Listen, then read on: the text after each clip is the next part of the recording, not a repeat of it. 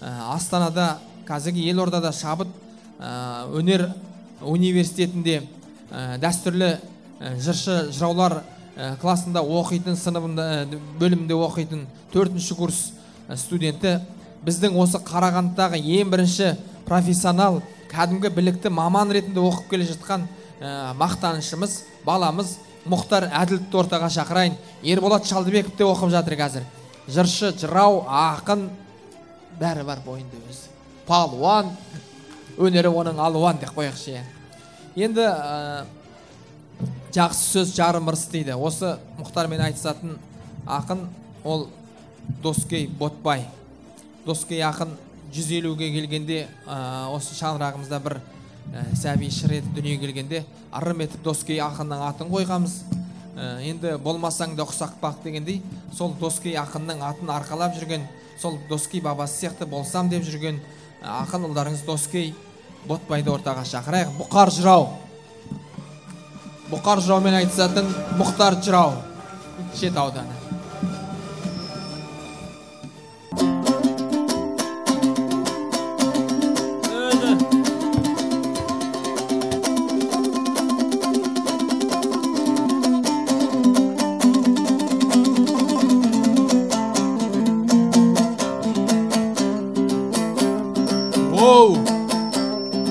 Қасымдағы Мұхтарды төбелдейік, төбелмен бірге шапсақ бөгелмейік. Көрерменсіз айтысқан бір түрлі екен, енді тек қазыларға елеңдейік. Қазылар Қазыбектей әділ болса, ассалаумағалейкум сәлем дейік. Бір жандайын спонсор ағам отыр, оғанда алғысымды берем үйіп. Мұхтар семен шыққаным дұрыс бопты, себебі көп адамнан өрең биік. Әкесінің арқасында жүлде алды деп екеумізге ақындар деген күйіп. Бірақ мен олармен келіспеймін, айтысқанда қабырғасын сөгем қиып.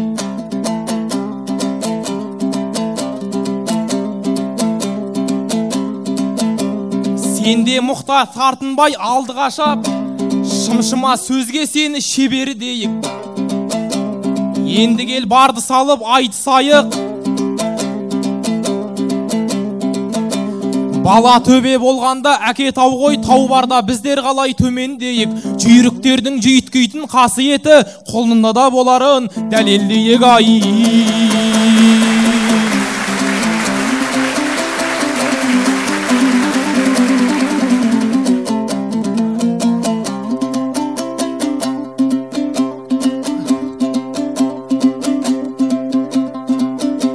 Ау үкімет биылдыққа бағыт қойса, оны Абай жылы деп анық қойса, Әл-Фараби бабамды ұмытыпты.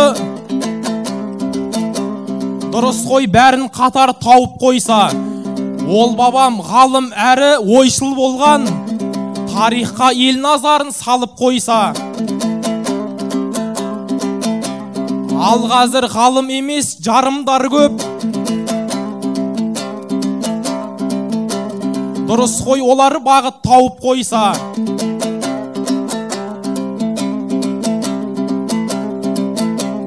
Себебі шарап ішкен жастарым көп, денсаулығы болды үшін алып қойса.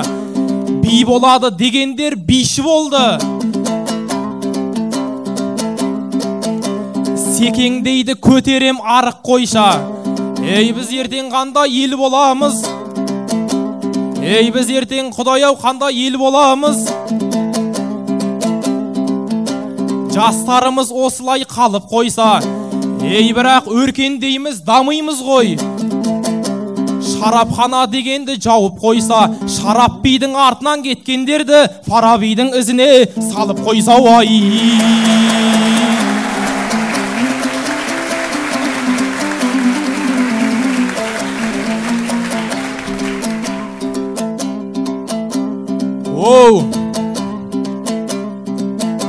Шабыттың ерттеп жорғасын, әкелдім өлең дорбасын, төкпелетіп сөйлейін тіксінер жан болмасын. 2 жыл бұрын айтпақшы Астанаға Мұхтаржан арқалап кетті дорбасын. Жетісу жырын оқиым деп, Жетісу жырын оқиым деп, Жетісулық мектепке еңкейтіп кетті зор басын. Ау оқимын десең егерде арқада мектеп бар еді, білмесең оны арғасын.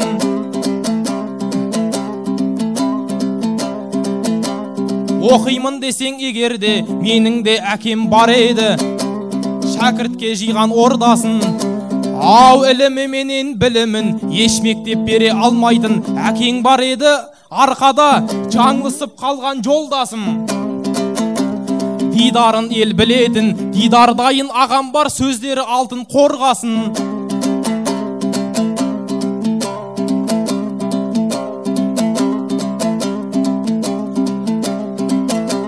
Бүгінгі мына додада Шалдыбековтың шәкірті шалынып құлап қалмасын ай.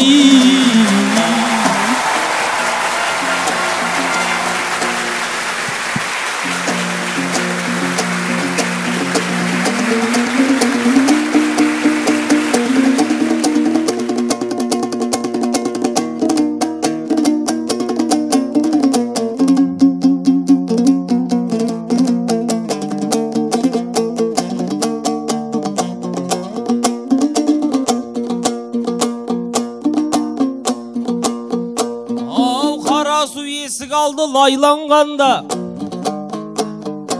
әр адам жақсы сөйлер жайланғанда.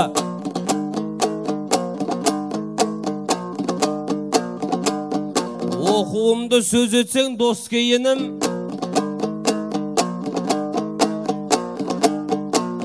бұл бала ұйқы беріп қайғалған ба. Жетісудың жырын ғана оқисың деп, Былқылдаған аузыңда байлам бар ма? Олған емес айтайын бәрін жіктеп, жұлдызды елемеген айдаңдар ма? Бай босынып ұстазым бар, әнге берік, әндалам қайраттай қайнар барда. Жырдалам алмастай қожағамнан алматыпқа теңгелер айлаң бар ма? Не үшін кеткенімді мен айтайын, жөңгерем мақсатымды қойған далға. Бұқар жырау мектебін жалғаймын деп аттандым Астанадай, қайран қалма. Сондықтан ілім іздеп кеттім жырақ, еліме тигіз алар пайдам барда. Себебі ел ассаң да адам болып, ілім ізде деген екен пайғамбарда. Вай,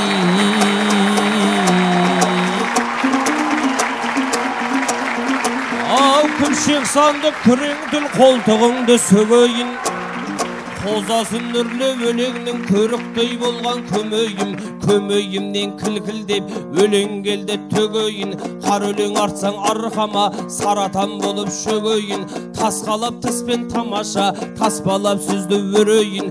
Түрікпеннің түбінен арыстанның аузынан сөз қуалап келейін. Ассалаумағалейкум деп арма деп сәлем берейін. Қызырлы елдің алдында қызыл тілдің қызығын ағайын бір көрейін ай.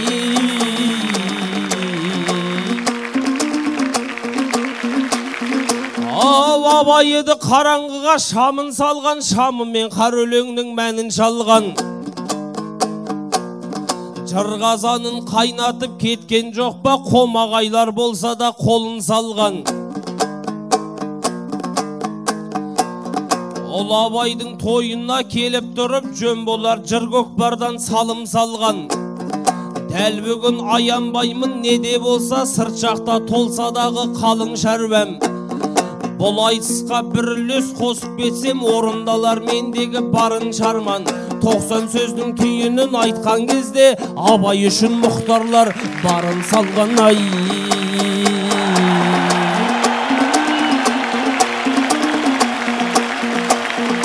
Ал бұл доскей айтар әнмен айтар аңыз, сөзіңді қалай сенің тойтарамыз. Инженер кенші болса мамандығың, оғанда айтатығын ой табамыз.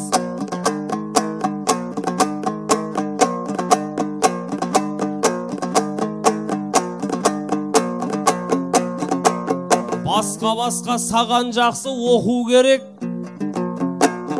Оқығанды бір-екі қайталаңыз. Оқымайтын дәл сендей кенші көрсек, біз қалай орнымызда жай табамыз. Айтыспен шақтаңыз екі бөлек, отылсаң үйге бірден қайтарамыз. Жер астына оқитын дос кейінім, айтыста жақындадау қайтарамыз. Жер асты маманы жеңіліп қап, жерге кіріп кетпесін айтағамыз. Ай,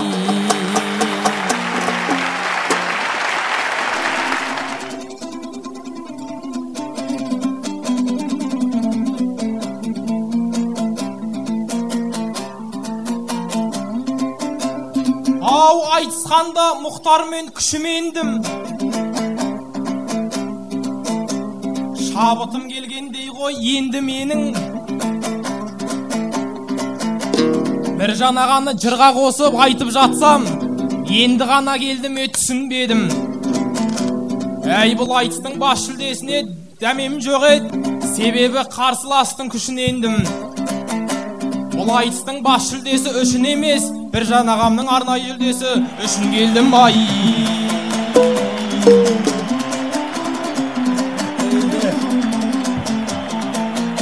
ау, Мұхтардың сөзі қашан толықтайды, Мұхтардың өзі қашан арықтайды.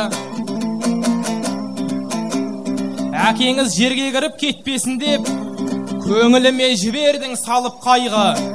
Ол сөздің мағынасын түсінбесең, қалай ғана айтыс, қалай жүрсің додадан алып бәйгі. Одан қалса мені жеңем деп айтасың, дәл сенен көргенім жоқ қауіп қайғы.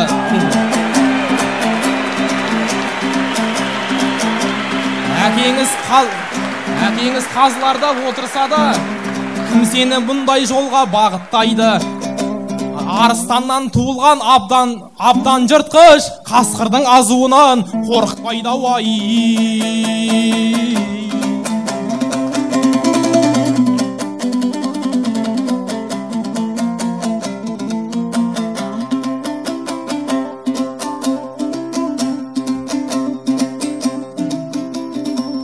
ау, бақа ғана білгендей балық халін, ақын ғана біледі халық қамын.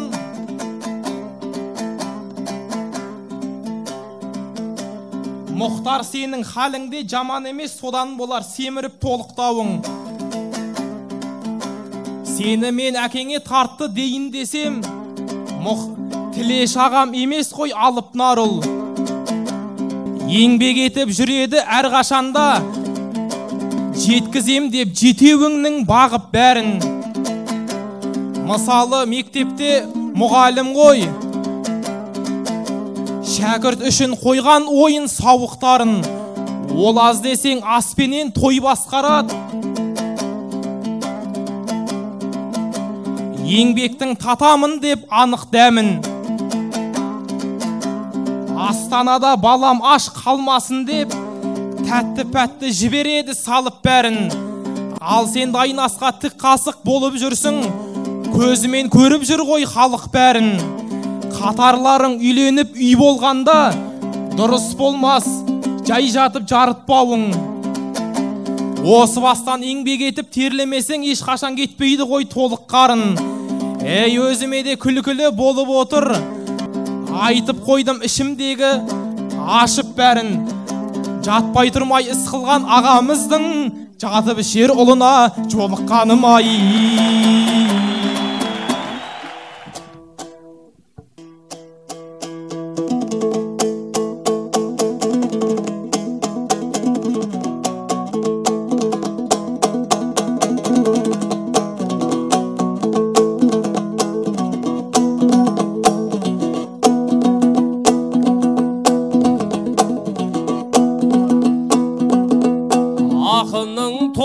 егер айқаяқы қылғалама, жүрят жүрегінде жырғалады.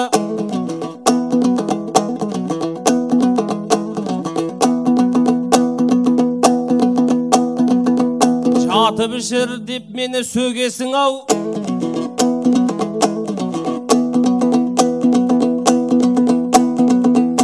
әрқашан дос кейінім шын бағады. Тезге салып көрейін ал ендеше, тым артық сөйлеп отқан бұл баланы. Айнаға қарап сөйле дос кей жанау, сонымен бүкіл жағың шыңдалады.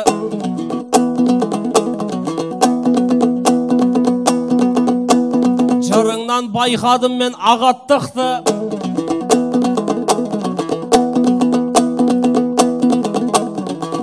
қалайша бұл доскей құрғалады. Жетеуіңді бағып жүр деп сөз қозғадың, қалайша жалған сөзге тіл барады. Егерде бәрін көріп, бәрінде көріп жүрсең айналайын, қалайша көрмей қалдың бір баланы. Жетеу емес біз негізі 8 едік, айтылмаса сөз жетім тұл болады.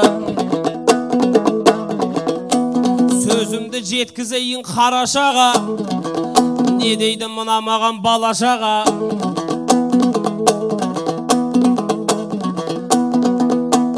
Жұмыссыз жүрсің деп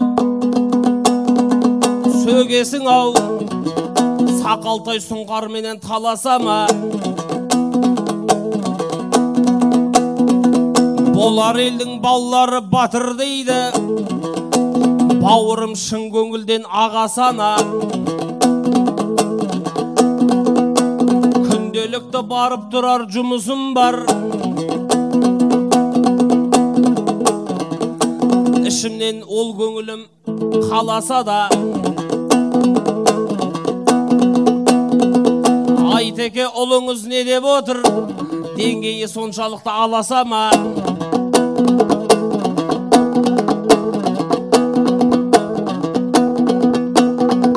Жала жаппа дос кейжан ағаңызға, ісіңіз қырбасынан әр асама. Сен секілді қажының баласына адамдарды ғайбаттау жарасама. Вай қаяқ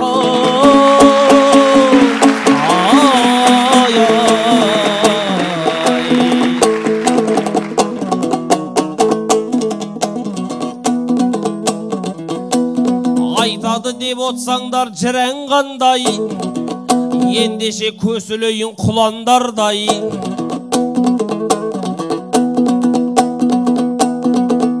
Абайдың тойына кеп сөз айтайын, бас ақын дүр атамыз бір аунардай.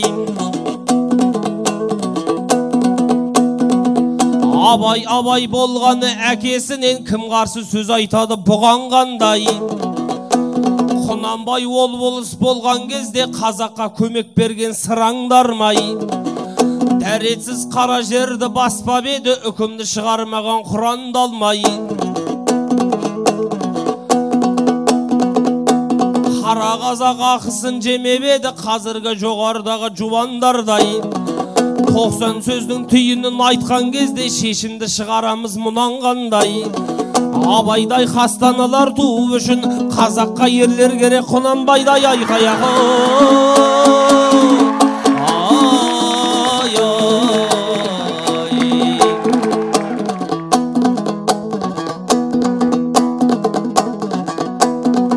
Мұхтардай шықты айтысқа ұландарың, құлақ кесті құл едім бір Алланың.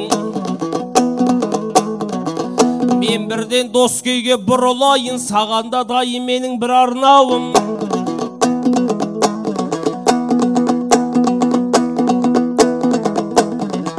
Абайлап сөйлейін мына саған, ренжиді тағар болсаң бұларға мін.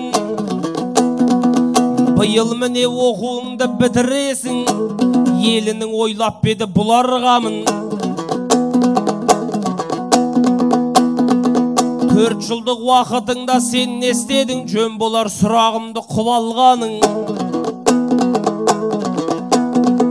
Ұйқымен өткіздің ау сол 4 жылды, білмей жатып күн ауғанын түн ауғанын. сабаққа бірде барып бірде бармай еріншектің тұлпарын тұмарладың, күреске шығып едің жартпадың, еркелеп әрбір жерде қылаңдадың, жарытып айтысқа да шыққан жоқсың, орындамай әкеңнің бір арманын, шығарған өнеріңді көрмей жүрміз, білдірттім көңілімде күмән барын, 4 жылдық өтіп кеткен уақытыңда денеңнен басқа ештеңе шығармадың, айқай-ақ.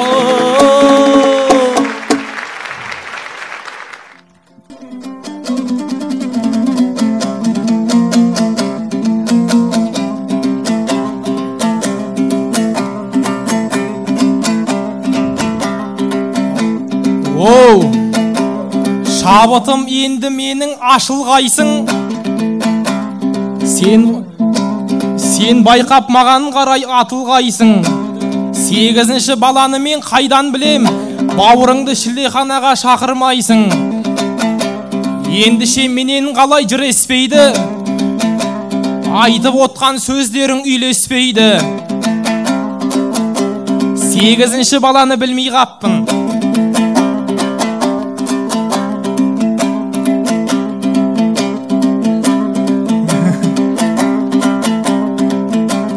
Дос кейсе мен енді қалай күреспейді. Тілеш ағамның мергендігі менен жеңгемнің жылдамдығына көз ілеспейді, ай.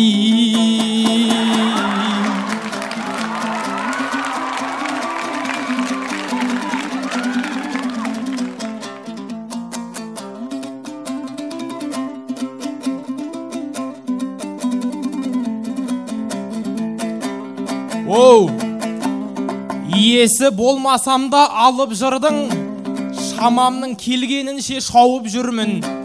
Денеңнен басқа еш нәрсе шығармадың деп айтып отқанын қараңдар алып болдым. Ендіше не шыққанын мен айтайын, ағаттығар сөзімнен тауып жүргін. Сен әкеңнің соғымын жеген кезде соғым алар ақшаны тауып жүрдім. Сен сессияда ұйықтап жатқан кезде сессияны бармай-ақ жауып жүрдім. Сен шықпаған айтысқа өзім шығып талай жерде доданы жарып жүрдім.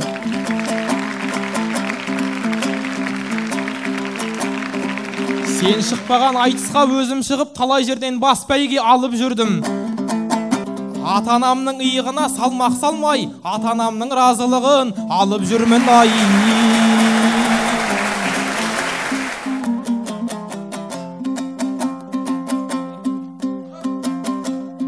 Шашасына шаң жұқпай, шаршамай дара, дөбірінен дүрлікті ән сарай дала. Қазылар да әкесі отырған менен, Мұхтар менен жарысты қаршадай бала. Ей, айқайла, пайпайла, думандатып той-тойла, шаңға бөкті айнала, алда кетті қайбала, соқ-соқ шапалақты тоқтамай. Қарсыласқа тұрамын оқтай атылып, әр сөзімді тұрады ел Мұхтара мұғып, осы менен дос болып қалайық біздер, әр қашан аман жүрші Мұхтар әділіп. Ей, айқайла, пайпайла, думандатып той-тойла, шаңға бөкті айнала, алда кетті қайбала, бас-бас бас қамшыңды тоқтамай, соқ-соқ шапалақты тоқтамай.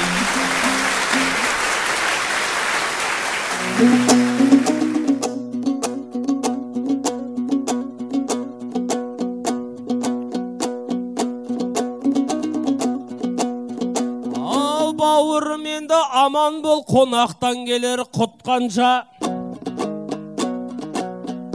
Айтыс деген бәйге ғой, бірі толып бірі ұтқанша. Айналайын ағайын, шүкірлік болсын әр сөзің, әйтпесе көріп жүрміз ғой, қаңғырып жүрген ұлтқанша.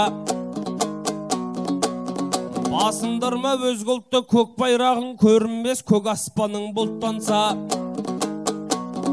Қазағым гөнің не болмақ, ұстарасыз мұрт болса.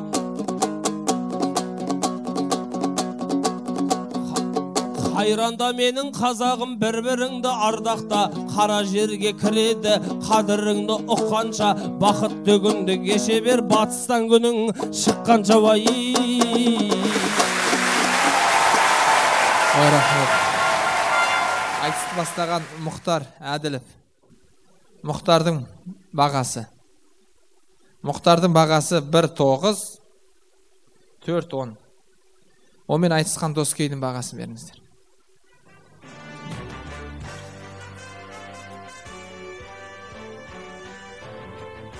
Қаны? 3.9, 2.10. Жақсы, рахмет.